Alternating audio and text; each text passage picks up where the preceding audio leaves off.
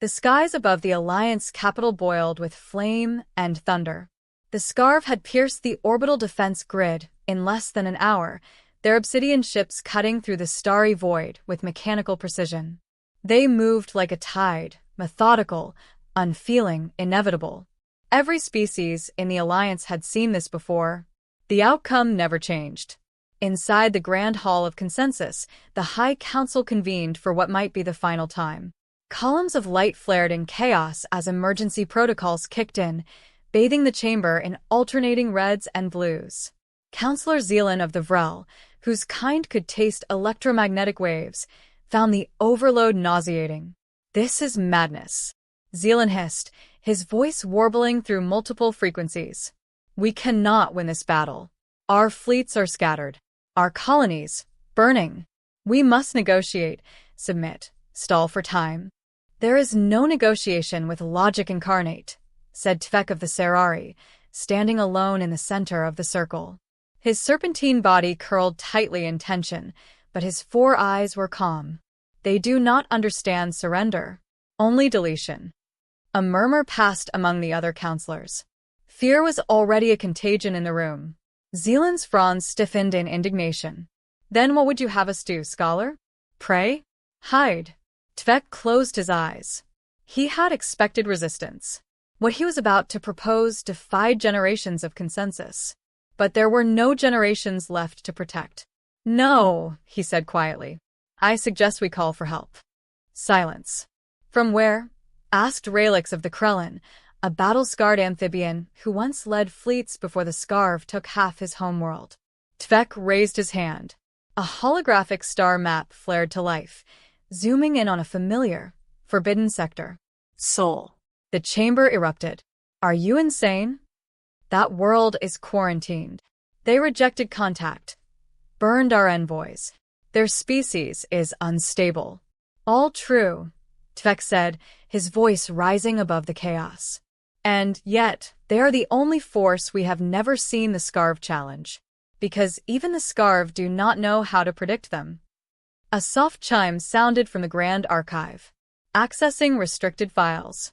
A montage of humanity's record unfolded. World wars waged with planetary fire. Cures crafted for impossible diseases.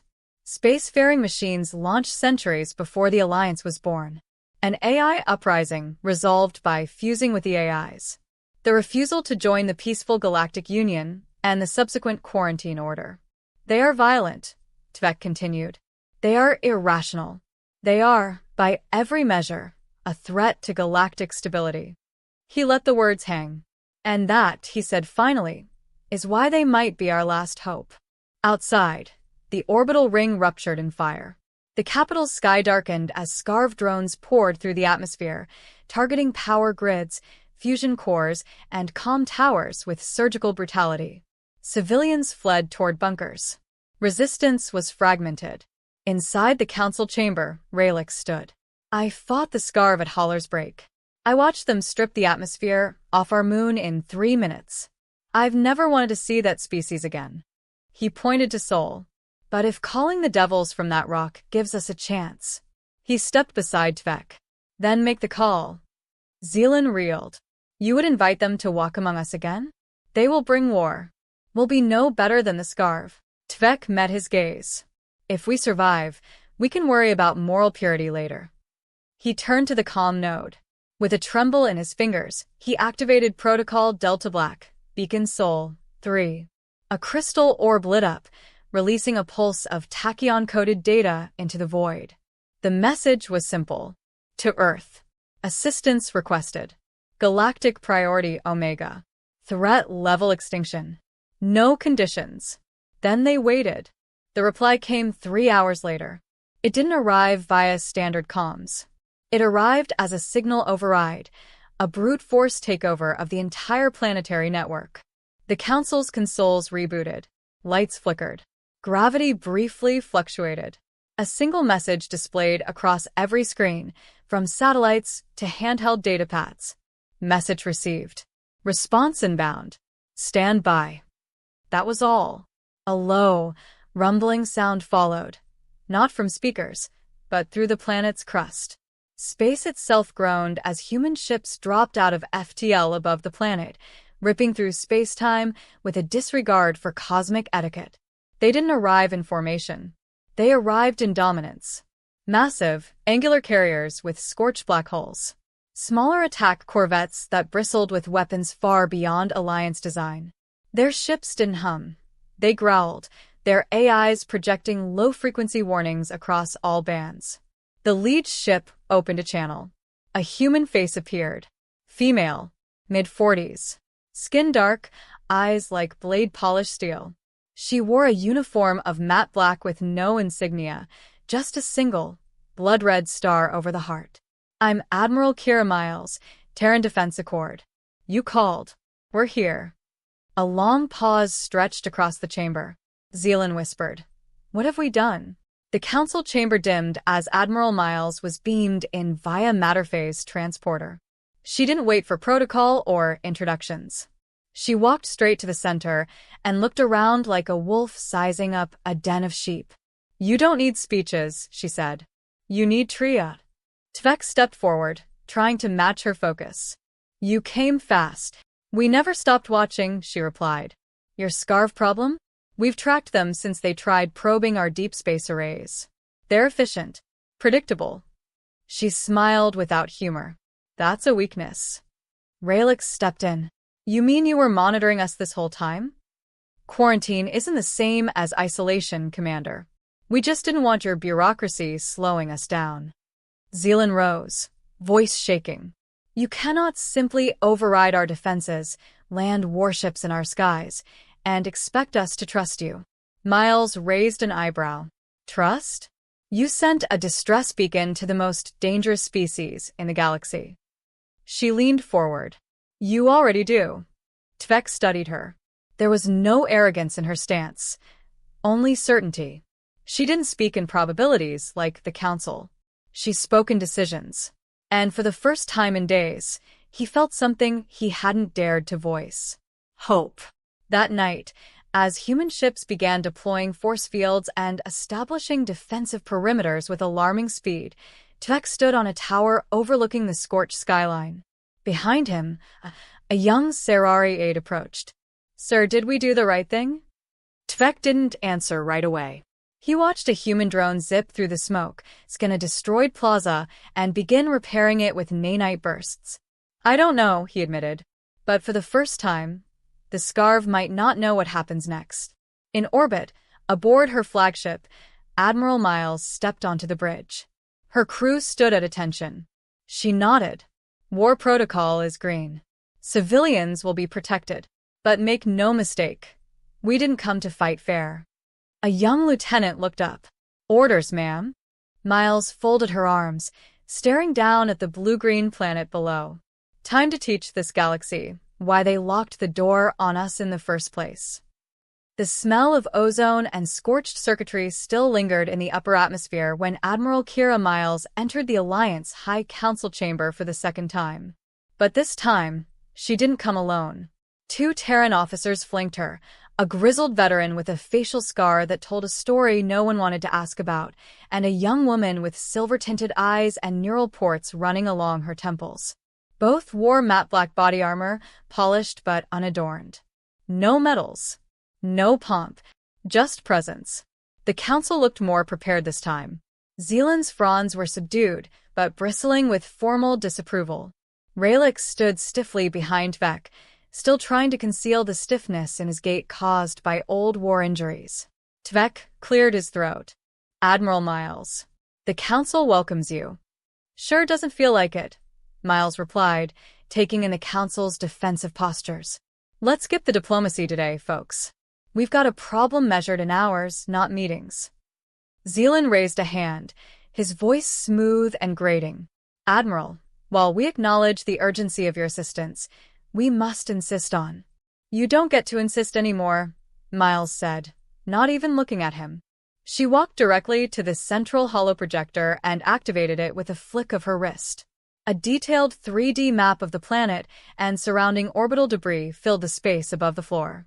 "This is your capital. These are the Scarv strike clusters currently prepping for synchronized planetary descent.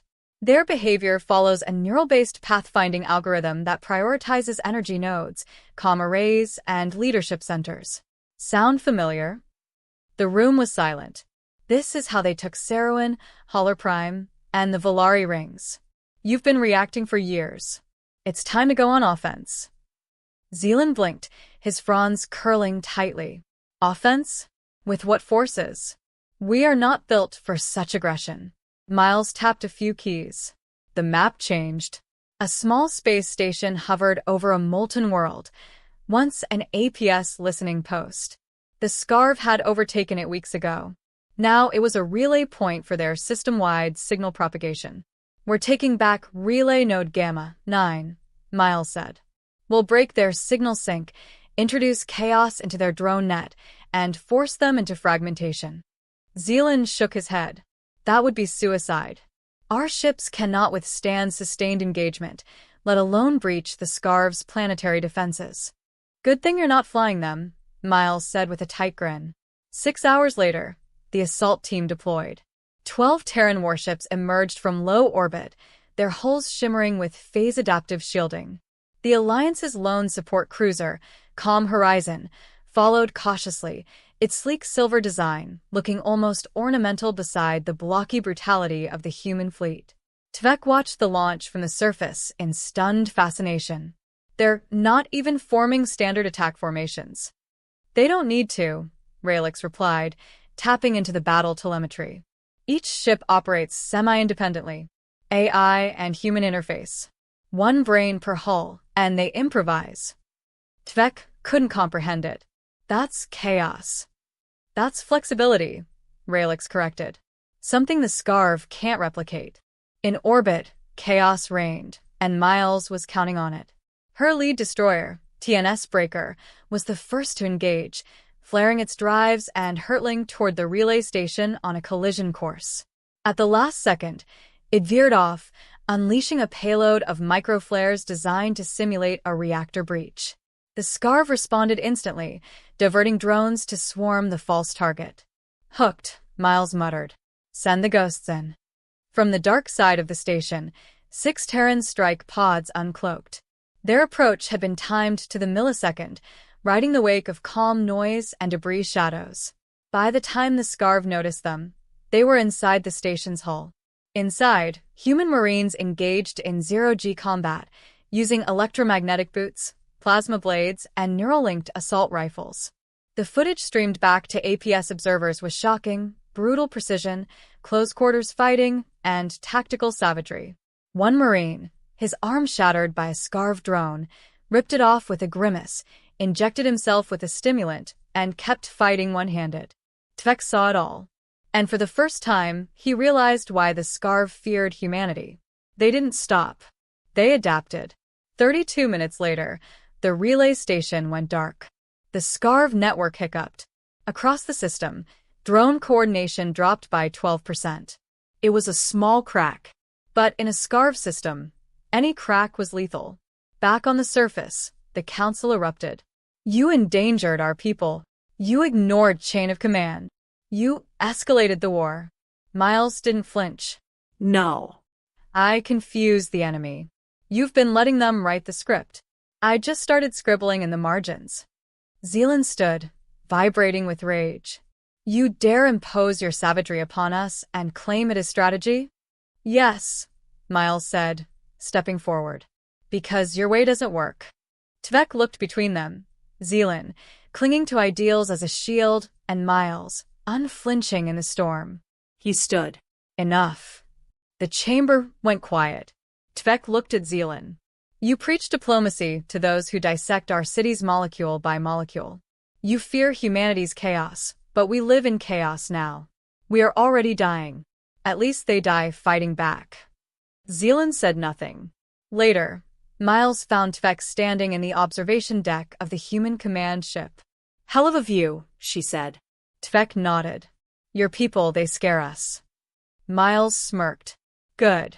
He turned to her. But there's something else. A word we don't have.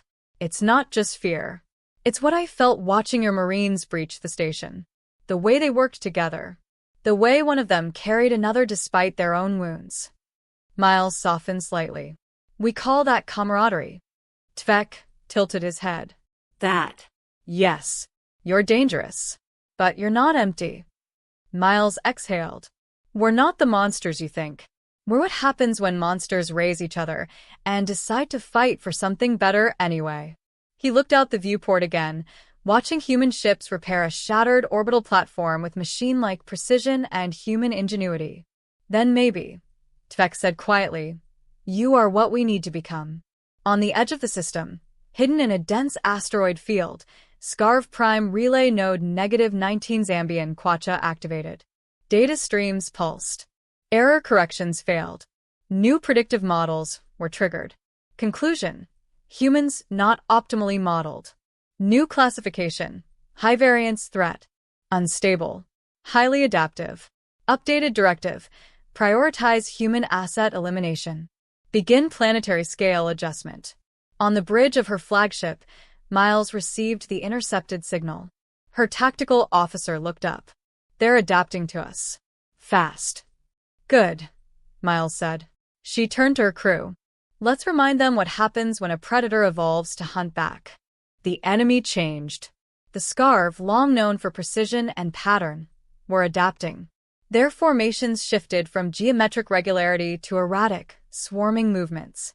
Their drones began to operate in unpredictable ways, using cover, sacrificing themselves to block Terran weapons, even baiting strike teams into ambushes. They were learning from the humans, and humanity noticed. Confirmed nonlinear behavior, reported Lieutenant Sato, the young officer with neural ports, her voice tight with concern.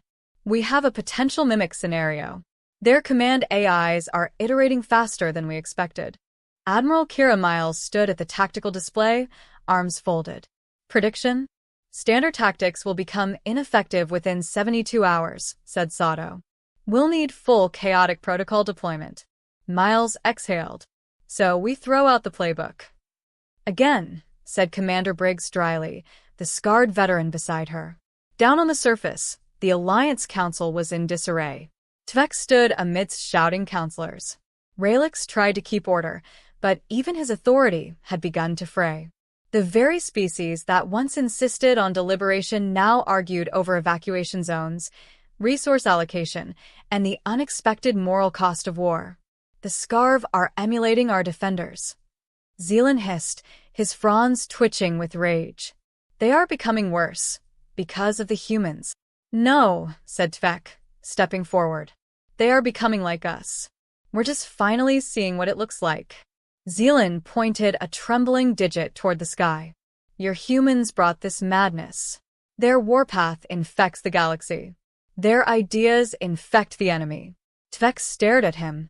And what would you have us do? Apologize to the Scarv. Zealand's voice faltered. We could negotiate again. Send envoys.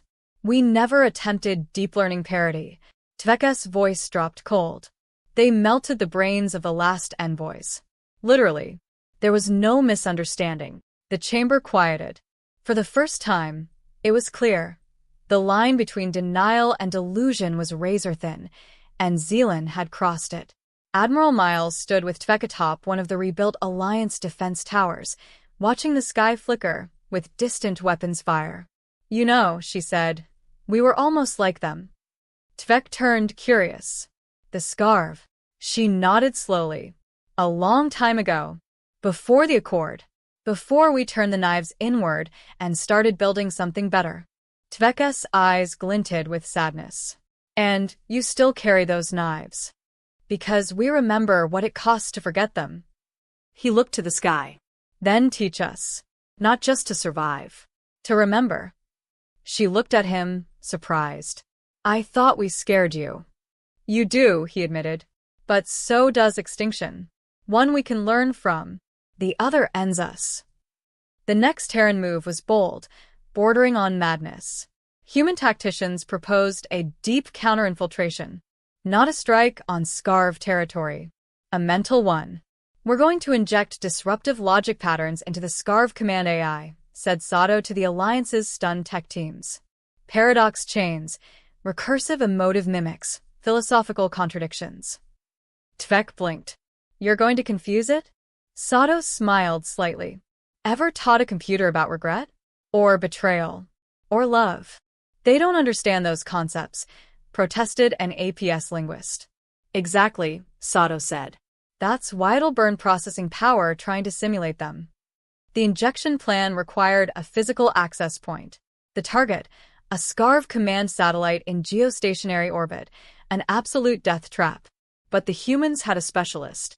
Captain Maya Reyes, infiltration, zero-G insertion, quantum hacking expertise. Her dossier read like a rogue AI wrote a love letter to chaos.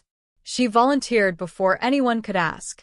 You'll have 20 minutes, Miles told her privately, in the ship's ready room. That's 19 more than I need, Reyes replied, tightening the straps on her exosuit. Miles raised an eyebrow. You know what this could do to your mind if they catch your neural trace in the net. I've been called worse than a virus, Reyes said with a grin. Tvek watched her launch from the TNS breaker, a lone capsule fired in a gravity-assist slingshot toward the satellite.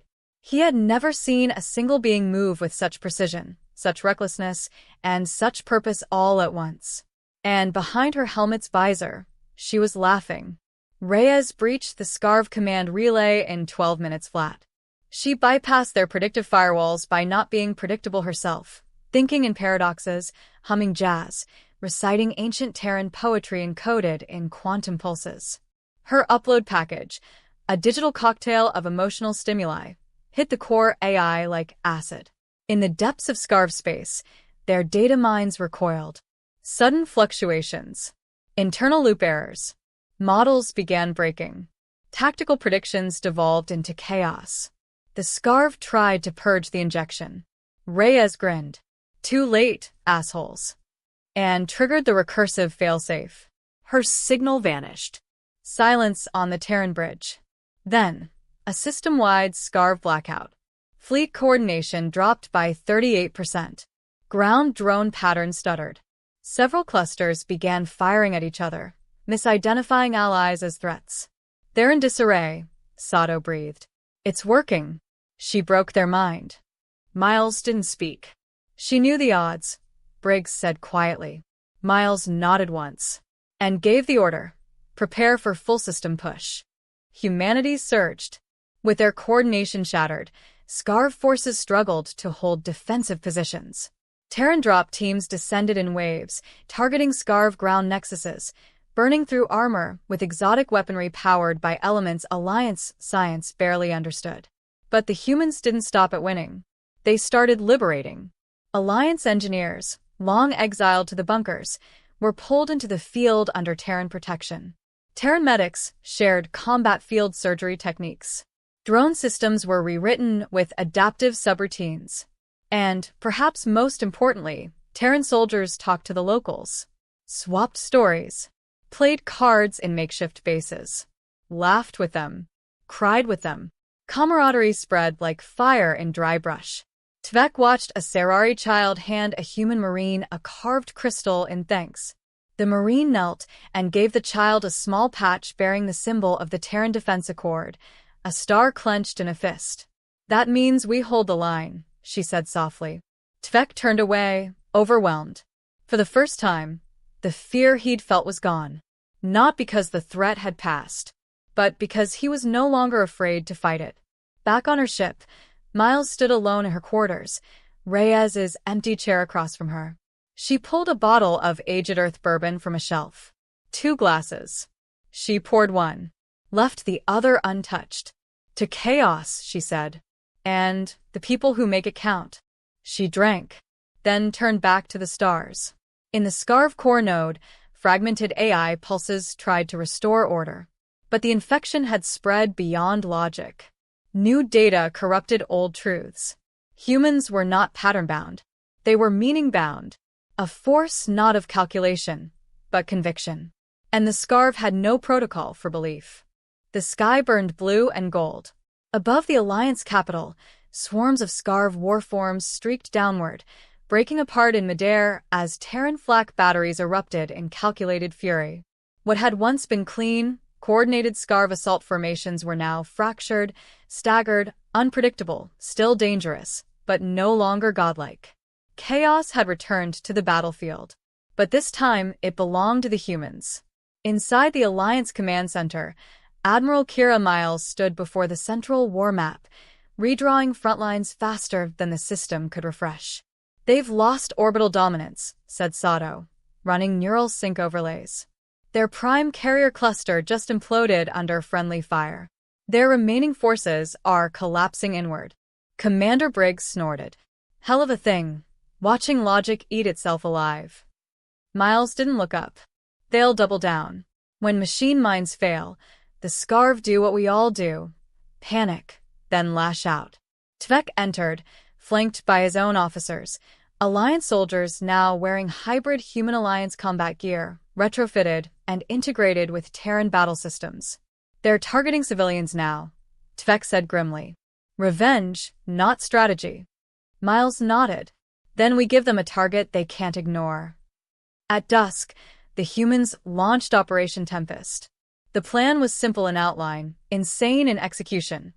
Bait the Scarv's central node, what passed for a brain in their fractured hierarchy, into committing everything to one last assault. The bait? The combined Terran Alliance command post itself. A single, consolidated position, vulnerable, essential, and screamingly obvious. The plan's genius lay in its audacity. If the Scarv still followed predictive pattern logic, they would see the combined HQ as the keystone of Terran resistance. And they would come for it. And that's exactly what Miles wanted. The ground shook with the first impact at midnight. A Scarv dread form, an airborne siege creature fused with advanced matter compression weapons, descended on the western cliffs, leveling an entire Terran forward bunker with a kinetic pulse. Smaller drones poured in behind it, fanning into the jungle perimeter with insectal precision.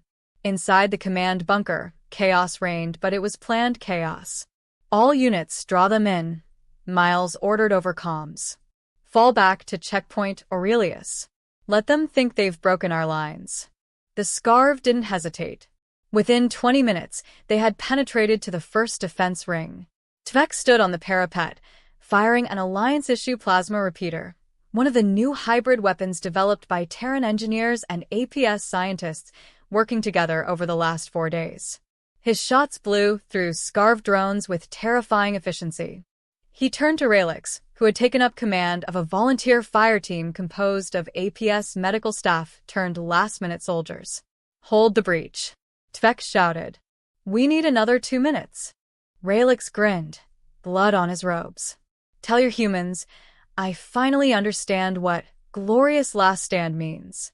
Tvek barked a laugh, half pride, half desperation, and dropped another drone. Below, the earth opened. The Scarv's central dreadform arrived. Monstrous and elegant, it moved like flowing metal, covered in fractal armor that shimmered with residual Scarv data fields, an evolving, learning apex predator of their machine logic empire. It targeted the command structure, just as Miles had planned. "Now," she roared. And the ground exploded upward. Tempest Protocol activated. Hidden beneath the command bunker was a Terran Alliance hybridized weapon, a tactical graviton displacer, paired with a stolen Scarv power core. It didn't fire a beam or drop a bomb. It tore reality sideways. For exactly 6 seconds, localized gravity became a vortex. Everything, metal, circuitry, Scarv nanite armor, folded inward. The dread form didn't scream, but it shuddered. And then it shattered. The battlefield froze. Scarv drones halted mid-attack, their synchronization suddenly gone. Miles watched the telemetry. Their command signals broken. Permanently. Sato chimed in. Residual subroutines are attempting to form new hierarchies, but the cognitive virus Reyes left in the system is propagating faster. It's teaching them what it feels like to lose. Tvek stood at her side, helmet off, soaked in sweat and dust. "It's over?" Miles didn't smile, but her voice softened. "For them?" "Yes." "For us? That's up to you." 3 days later, silence reigned for the first time in years. Alliance cities flickered back to light. Refugees emerged from bunkers to see Terran dropships delivering food and supplies.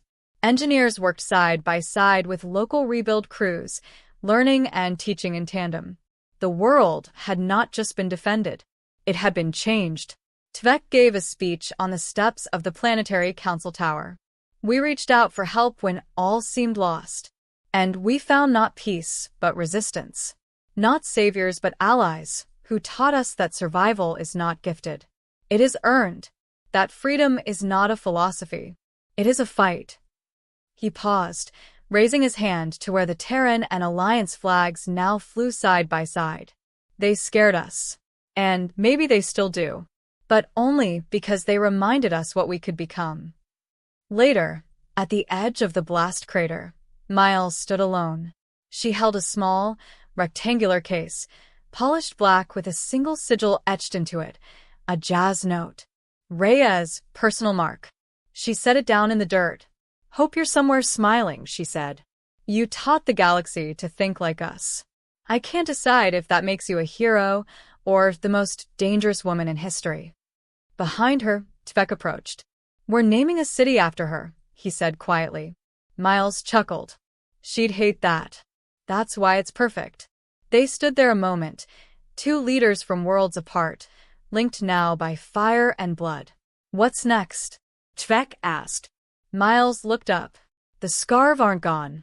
Just broken. There'll be more. Always is." He looked toward the sky. "Then we'll be ready." "No," she said, turning to him. "You will." On a distant world, inside a collapsed Scarv archive node, fragments of Reyes' virus still pulsed. Not data. Not commands. Just stories. Humans laughing under fire. A Marine carrying a wounded enemy. A rebel choosing to die for someone else's child. A woman in orbit, reciting poetry to a machine that would never understand it. And the Scarv remembered.